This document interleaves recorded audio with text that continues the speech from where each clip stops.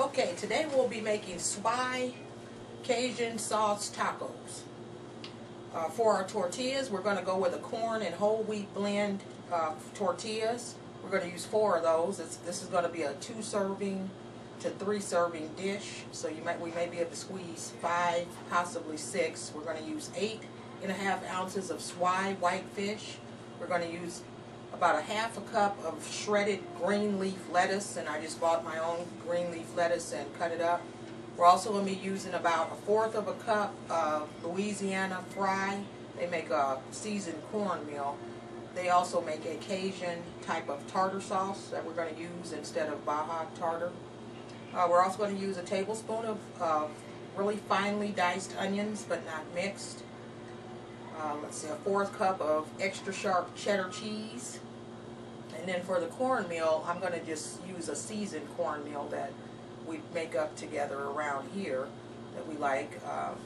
And then we're going to season our fish. We'll pre-season it with Chef Prudhomme's 7-herb, no salt seasoning blend. 2 to 3 tablespoons of olive oil for frying of the fish, and of the, I'm going to do a fried taco shell instead of a soft shell. Or you can use soft if you like. So I'll go ahead and get started with that. Again, this is for 2 servings, so if you want more, you can just kind of adjust the recipe accordingly to your family size or serving size.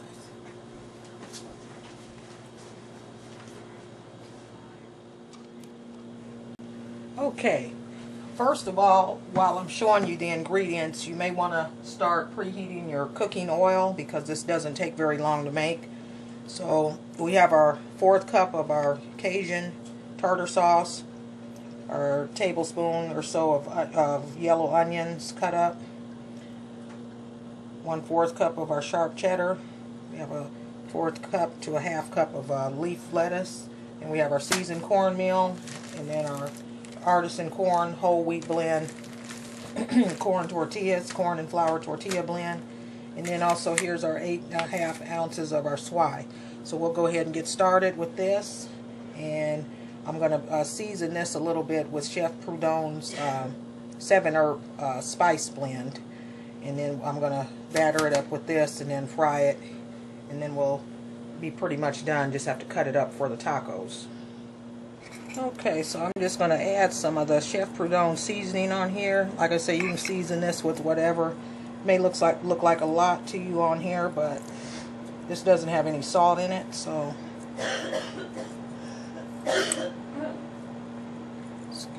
okay, let's see here. Okay, we got that. Now we're just gonna put it in our seasoned cornmeal, and then we're gonna drop it in the grease. And we're just doing a pan fry on this. It's not gonna be a deep fry.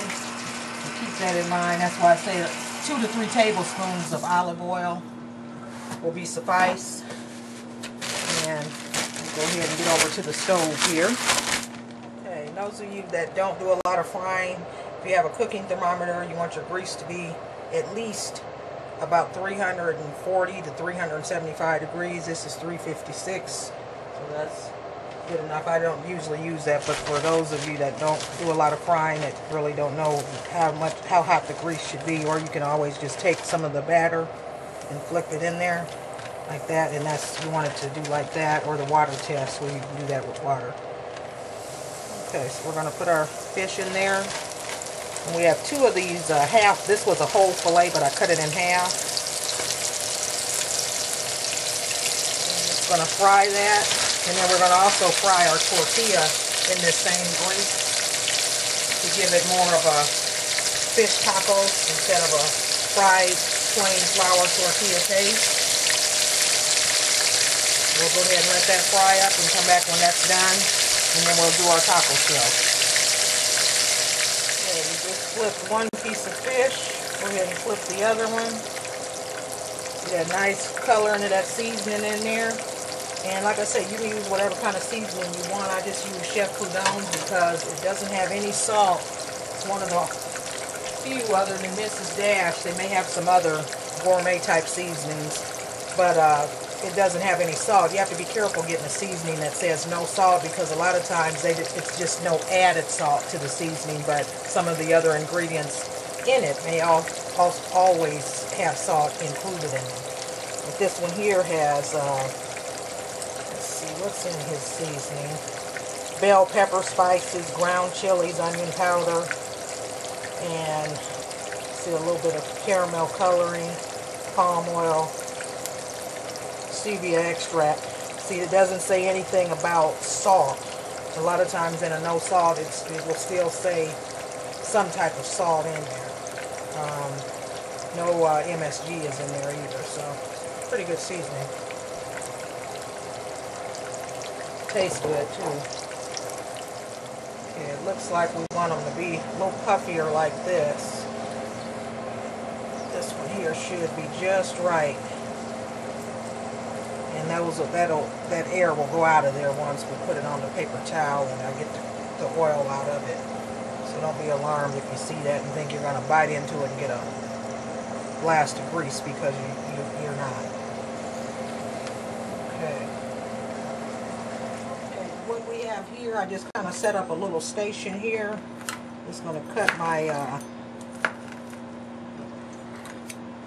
fish into some pieces there for our taco. I should have used my cutting board for this, but I didn't, so I'm not going to press too hard to get into this counter.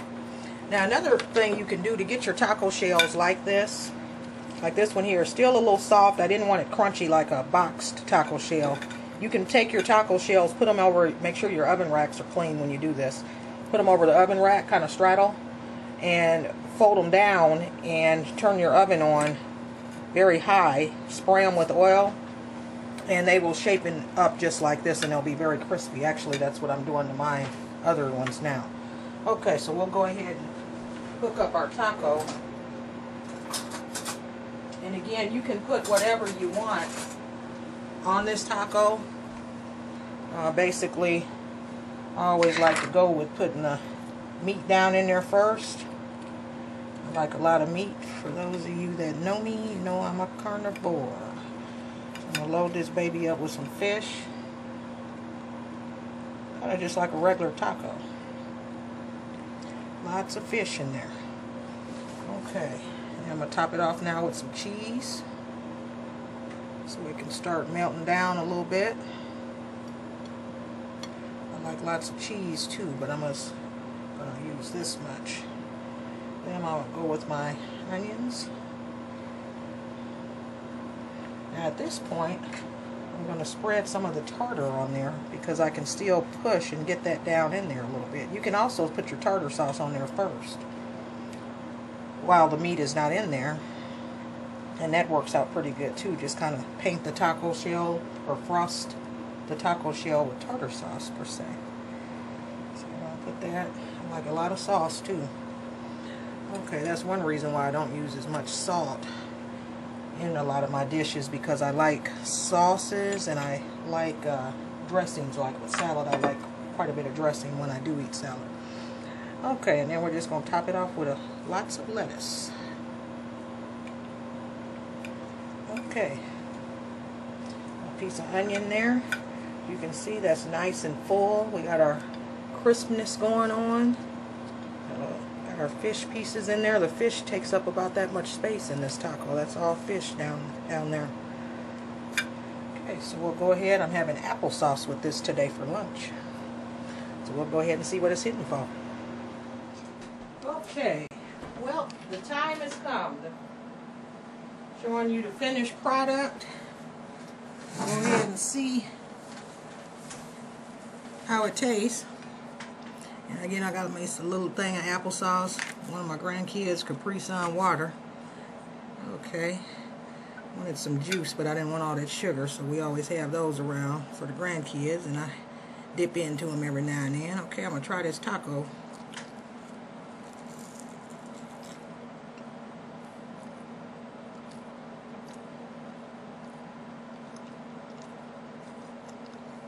It's banging. Open that up for you. Let's see, it's all full of ingredients. I don't skimp on the toppings, just like with a pizza. I don't skimp.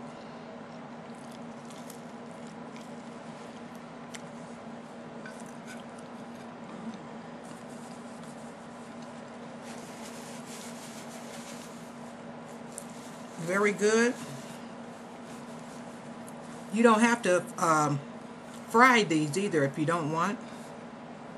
You can grill your fish or bake it, and it's good like that too. Take out some of the calories from the oil and some of the fat. Alright, there you have it. Swai Cajun sauce tacos, Kim style.